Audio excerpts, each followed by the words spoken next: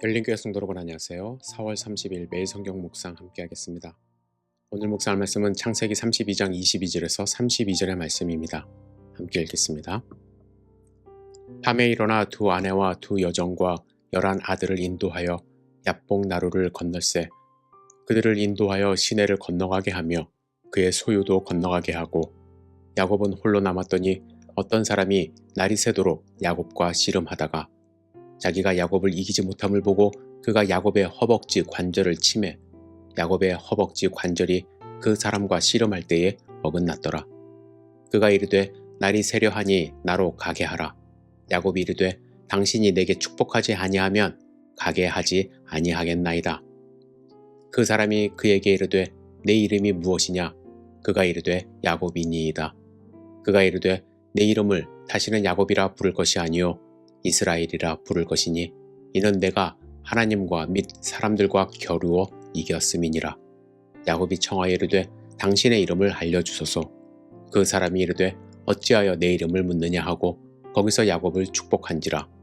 그러므로 야곱이 그곳 이름을 브니엘이라 하였으니 그가 이르기를 내가 하나님과 대면하여 보았으나 내 생명이 보존되었다 함이더라. 그가 브니엘을 지날 때에 해가 돋았고 그의 허벅다리로 말미암아 절었더라. 그 사람이 야곱의 허벅지 관절에 있는 둔부의 힘줄을 쳤으므로 이스라엘 사람들이 지금까지 허벅지 관절에 있는 둔부의 힘줄을 먹지 아니하더라. 아멘.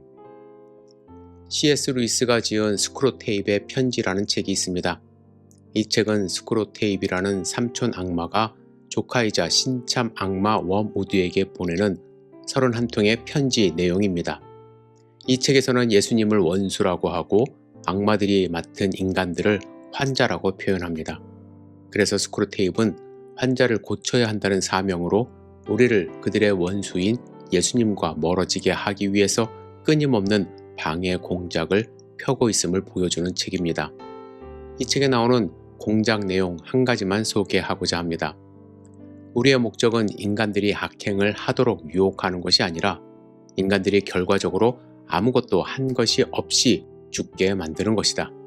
웜우드야 명심해 들어라. 우리의 목적을 달성하기 위하여 내가 할 가장 중요한 일은 인간들을 안락하고 편하게 만드는 것이다. 인간들이 누구에게도 방해되지 않고 마음먹은 대로 살고 있다는 생각을 가지게 하거라. 정신적인 투쟁의 의욕을 죽이는 것이 유령이다. 우리의 두 가지 무기를 결코 잊지 말아라. 그것은 무관심과 연기이다. 인간들에게 부와 평안을 주어 남에게 무관심하게 하거라.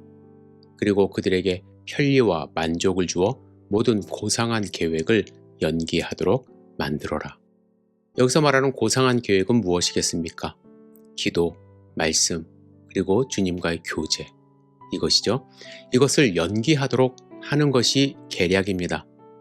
여러분 오늘 만약에 기도하지 않았다고 오케이 나 오늘 잘 살았어 라고 생각하지 마십시오. 오늘 말씀 안 읽었는데 나 별일 없었어 라고 착각하지 마십시오. 우리는 사탄의 고도의 전략 속에서 싸움을 하면서 살아갑니다. 사탄은 우는 사자같이 우리를 무너뜨리려고 합니다. 고통을 주면서 하나님과 멀어지게 하기도 하지만 또 안락과 편함을 제공하면서 하나님과 자연스럽게 멀어지게 하고 있습니다. 우리는 긴장하며 기도해야 합니다. 하나님께 매달리며 기도해야만 합니다. 오늘 본문에 보시면 하나님께 원하는 것을 얻기 위하여 밤새 씨름하는 야곱의 모습이 나옵니다. 야곱의 모습은 우리가 흔히 하는 기도의 모습은 아닙니다. 하지만 야곱은 우리가 꼭 배워야 할 기도의 기본적인 요소를 가르쳐 주는데 무엇보다도 하나님과의 인격적인 관계 속에서 기도해야 함을 보여줍니다. 우리가 하나님께 진정으로 기도하기 위해서는 나와 하나님과 어떤 관계를 갖고 있는지가 아주 중요합니다. 여러분은 하나님과 어떤 관계를 갖고 있습니까? 여러분 믿음은 단순히 내가 주머니에 물건 하나를 넣듯이 가질 수 있는 소유의 개념이 아닙니다. 레너드 스윗은 관계의 영성이라는 책에서 전도자들은 아직도 믿음을 전하고 목사들은 삶의 문제로 고민하는 교인들에게 믿음을 가지라고 권한다. 그러나 믿음의 일상생활 속에서 우리는 믿음의 눈을 잃었다. 더 정확히 말해 우리는 믿음의 자세보다는 믿음의 시각을 키웠다. 믿음에 대한 이론은 있으나 실천은 없는 것이다 라고 말했습니다. 우리는 믿음을 가졌다고는 말하지만 믿음이 무엇인지 모르는 경우가 많이 있습니다. 여러분, 믿음은 소유할 수 있는 물건이나 생각, 관념이 아닙니다. 믿음은 살아계신 하나님과의 살아있는 만남입니다. 또한 믿음은 경험입니다. 야곱은 그동안 하나님에 대한 믿음이 없었던 것은 아닙니다. 살아계신 하나님을 알고 있었고 믿고 있었습니다. 하나님이 주시는 복을 믿었습니다. 하나님이 함께 하심을 믿었습니다. 열심히 일을 함으로 라반은 야곱을 봤을 때 하나님이 함께 하고 있다는 것을 느끼도록 그는 살았습니다. 그런데 그러한 하나님은 본인이 직접 경험한 하나님이라기보다는 아버지 이삭의 하나님, 할아버지 아브라함의 하나님이었습니다.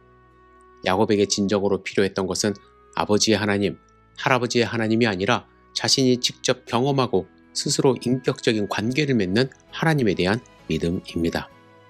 오늘 본문에 보면 야곱은 한 사람과 밤새 씨름을 합니다. 나중에 밝혀진 것은 그 사람이 바로 하나님이었다는 것입니다. 30절에 이렇게 말을 합니다.